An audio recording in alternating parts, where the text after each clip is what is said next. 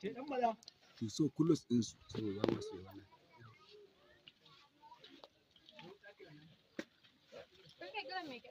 ni nake kira yawwa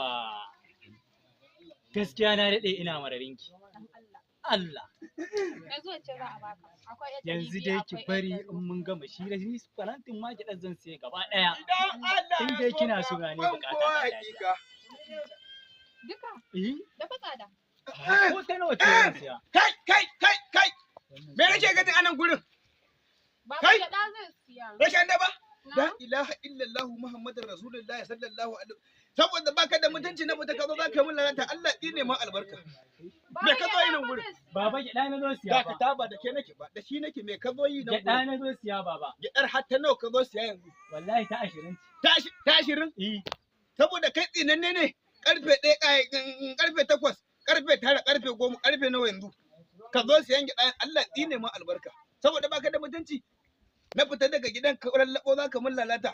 baba bari in faɗa ma gaskiya ina jin santa nake santa kake shikenan haka zaka ce ai yanzu abin da za a in santa kake to yake da zai kai abin da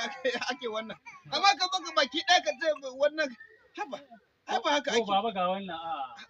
a yaro kuma ai haka to shikenan kana ji na daga yau sai yau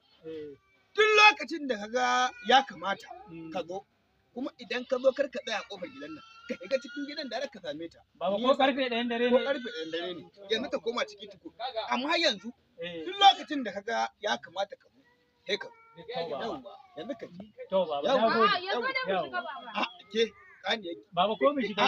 kamun duk gagga asara ai ta jira samu ka bari sai an jima tuku ke mu je cikin baba ba daɗewa zan ba ayo kuma da ni na ga maka zan can nan kai hakuri to shikenan baba ka zo an jima to gidan to mu je cikin yar balla haƙu